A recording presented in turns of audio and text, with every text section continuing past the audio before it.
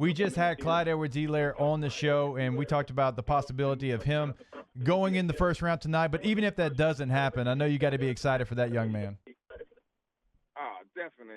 When we talked early on in the week, he was nervous and everything, and I just told him, I said, hey, just remember this. Last year at this time, you had no clue that you would be in this situation. Enjoy the process and be you. Hey, he reminds so many LSU fans of what you were able to do in the NFL, playing on all three downs if he wants to, being a third down specialist if he needed to be that as well. What kind of advice did you give him as far as, pass protection and protecting the quarterback and earning the quarterback's trust? First and foremost, like I know, in pass protection is all the will, the want to do it. Right. First and foremost, that will to want to do it, and then getting that very first initial contact with a linebacker, and you might have not blocked him perfectly like Coach wanted, but in your head you did, and you figured it out. And that process happened with us a couple of springs ago, and he knew it, and I knew it that he had picked it up. Now, did Clyde kind of change what your expectations were from a running back, considering, Kevin, he was on 93% of the plays? It's a stat that I keep going back to because it's remarkable in everything he was able to do. Or do you say, you know what, we're just going to use the guys that we have and their skill set, and we can go back to a running back by committee? Clyde was Clyde last year, and right. The 92% that he was in the game, that was because of his skill set. This year coming up, guys running back by committee, that depends on them.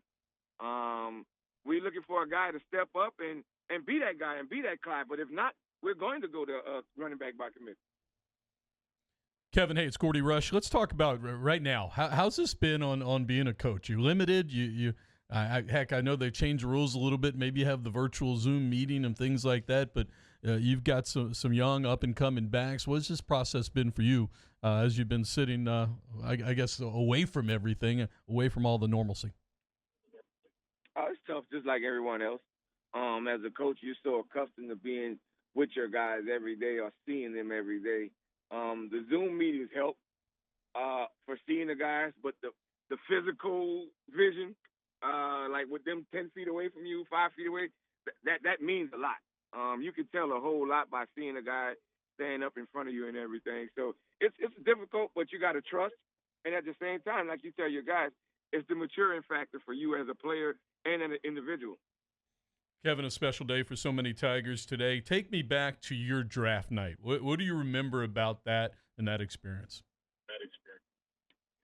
Just the feeling of wanting to know where I was going to go, wanting to know where I was going to be and who were going to be my teammates and what I had to look forward to. What's the first thing you went and bought? A coat when you found out you were going up to Boston? No, the first thing was finding out where it was. Hey, that is perfect because I am not going to lie to you. When I got drafted by San Diego, I had no clue that Tijuana was like 10 minutes away. I thought it was closer to Los Angeles. The first time I got there, Kevin, I'm like, okay, this is not exactly where I thought it was. Right. Hey, we all are like that. We all. All right, Kevin. Hey, real quick, let's do transition a little bit to this 2020 LSU offense. And I know you didn't get a chance to spend much time with him, but we had Coach Ensminger on OTB earlier this morning. He talked about being excited to see which guys step up and which guys take over those roles that, you lose when you have 16 possible guys drafted in the NFL draft. Can you repeat that question? Just talking about the 2020 offense and seeing guys have to step up to replace the guys that are going to be in the NFL here over the weekend. Right. It's going to be guys that we feel comfortable with stepping up, but they are going to have to show that they are worthy of that position. Us as coaches feel like the guys that we have coming up are very worthy of, taking over the reins, but they have to prove that they can, and that's consistently doing it every day.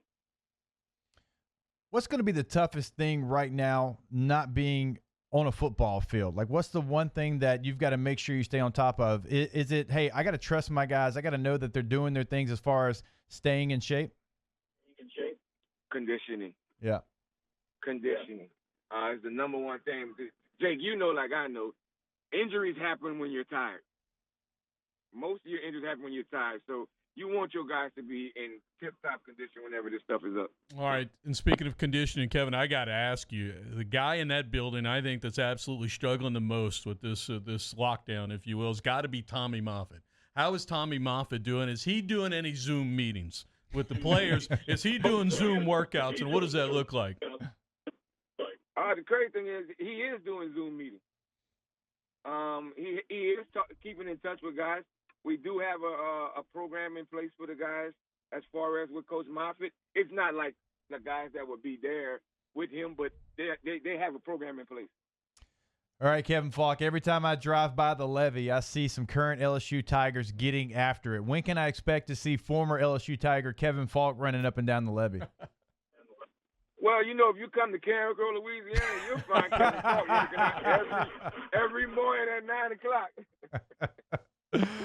Oh, man, Kevin, I really appreciate you giving us a couple minutes here. I know we're in some crazy times, so I appreciate you coming on and giving some insight to Clyde Edwards-Helaire and what to look forward to in the 2020 running back room.